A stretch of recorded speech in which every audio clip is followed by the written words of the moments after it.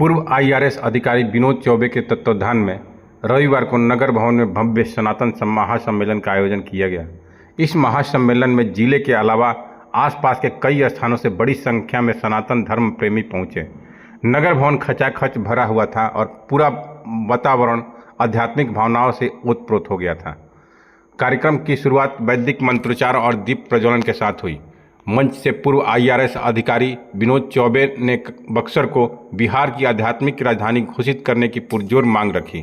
उन्होंने कहा कि बक्सर का ऐतिहासिक, धार्मिक और आध्यात्मिक महत्व अपार है, लेकिन इसे वह सम्मान नहीं मिल पाया जिसका यह अधिकारी है। उन्होंने सरकार से आग्रह किया कि बक्सर को बिहार की आध्यात्मिक राजधानी घोषित कर इसकी गरिमा को बढ़ाया जाए। विनोद चौबे ने अपने संबोधन में पंडितों और पुजारियों की दयनीय आर्थिक स्थिति पर भी चिंता जताई। उन्होंने कहा कि समाज में ब्राह्मणों की बौद्धिक और आध्यात्मिक क्षमता का सही उपयोग होना चाहिए। इसके कल्याण के बिना समाज का संतुलन संभव नहीं है। तो मैं तो जैसा आपको पहले भी बता चुका हूँ कि हमारा उद्देश्य था कि बक्सर को एक आध्यात्मिक, धार्मिक, सांस्कृतिक और बौद्धिक केंद्र की तरह विकसित किया जाए और इसको बिहार का आध्यात्मिक राजधानी बनाया जाए। ये हमारी पहली मांग थी।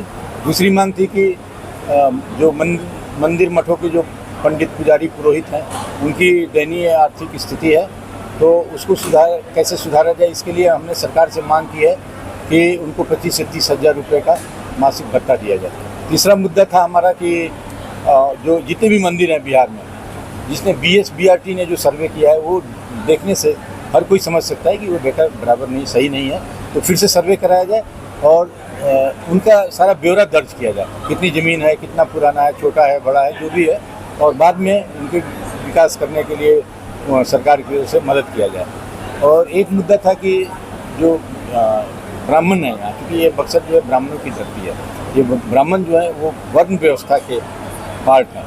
जाति व्यवस्था जो है वो तो अलग हो गई, और वर्ण व्यवस्था जो हमारे वेद काल से चला आ रहा है, उसमें इनका एक अलग रोल रहता है। तो बक्सर की धरती जो है वो ज्ञान की धरती है, मंदिरों की धरती है, पूजा पाठ की धरती है, पर्व त्योहारों की धरती है, गंगा मैया की धरती है।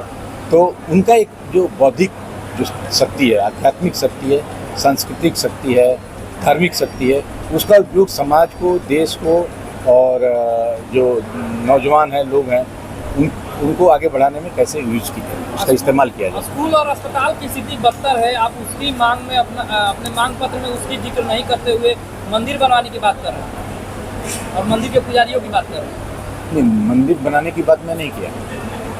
मैंने ये किया कि इसको एक आध्यात्मिक केंद्र बनाया जाए। तो उसके पीछे क्यों नहीं जिक्र किया? हाँ, स्कूल और अस्पताल जो है उसकी मांग हम हमेशा से उठाता रहा हूँ, लेकिन अभी जो मुहिम है, जो सनातन महासम्मेलन किया गया है, तो उसका उद्देश्य था कि बक्सर की जो सबसे बड़ी समस्या क्या है, बेरोजगारी की सबसे बड़ी समस्या। अगर हर बच्चे को एक सही रास्ता मिल जाए, सही रोजगार मिल जाए, तो अगर इसको धर्म की नगरी की तरफ विकसित किया जाए, जो दूसरे हमारे जो धर्म नगरी हैं, जैसे अयोध्या धाम है और प्रयागराज है, काशी है, उज्जैन है, उसके तर्ज पर विकसित किया जाएगा, तो यहाँ बेरोजगारी की समस्या खत्म हो जाएगी। तो यहाँ बहुत सारी मांगें हमने रखा है।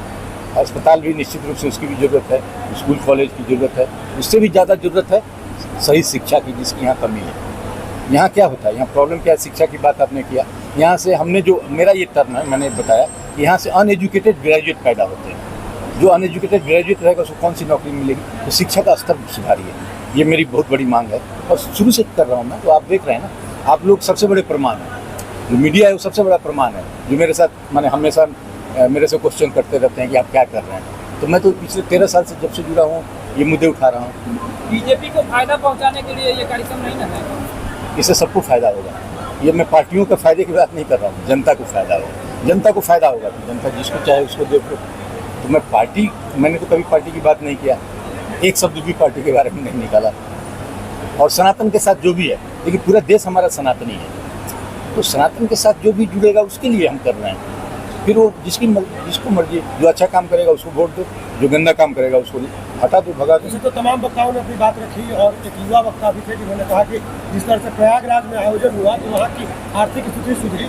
बक्सर में अगर बक्सर को आध्यात्मिक नगरी का दर्जा दिया जाए तो क्या क्या बदलाव होंगे, थोड़ा सा बिल्कुल बता दीजिए। हाँ, देखिए, सबसे हृदय है, बहुत ही आदर सम्मान की जगह है। तो वहाँ बक्सर में हर पर्व त्यौहार में लाखों लोग आके डुबकी लगाते हैं। तो गंगा का को शुद्ध किया जाए, उनका जो जल है उसकी सफाई हो, गंगा की जो घाटें हैं वो ठीक किया जाए, बक्सर के पूरा शहर का एक टाउनशिप प्लानिंग बने। तो पूरा टाउनशिप प्लानिंग होगा तो एक ऑर्गेनाइज शहर की तरफ बढ़ेगा आगे। अभी बेतरतीब ढंग से जो बढ़ रहा है उस पर रोक लग जाएगी। और इसके लिए मैंने डीएम साहब से भी मिला था, डिस्कस किया था, उन्होंने काफ़ी पॉजिटिव रिस्पांस दिया, बोला कि हम इस पर विचार विमर्श करेंगे, आप फिर से आइए और डिटेल में बात करेंगे, क्योंकि संक्षिप्त में बातें हो पाई। ये हमेशा से मैं मांग उठाता रहा हूँ। और आप क्या पूछे कि क्या क्या फ़ायदे होंगे? जब धर्म की नगरी बन जाएगी, पर्यटन स्थल बन जाएगा, धार्मिक पर्यटन स्थल, इसके साथ साथ ऐतिहासिक पर्यटन स्थल भी है, धार्मिक पर्यटन स्थल बनेगा, तो उसके क्या फ़ायदे होंगे?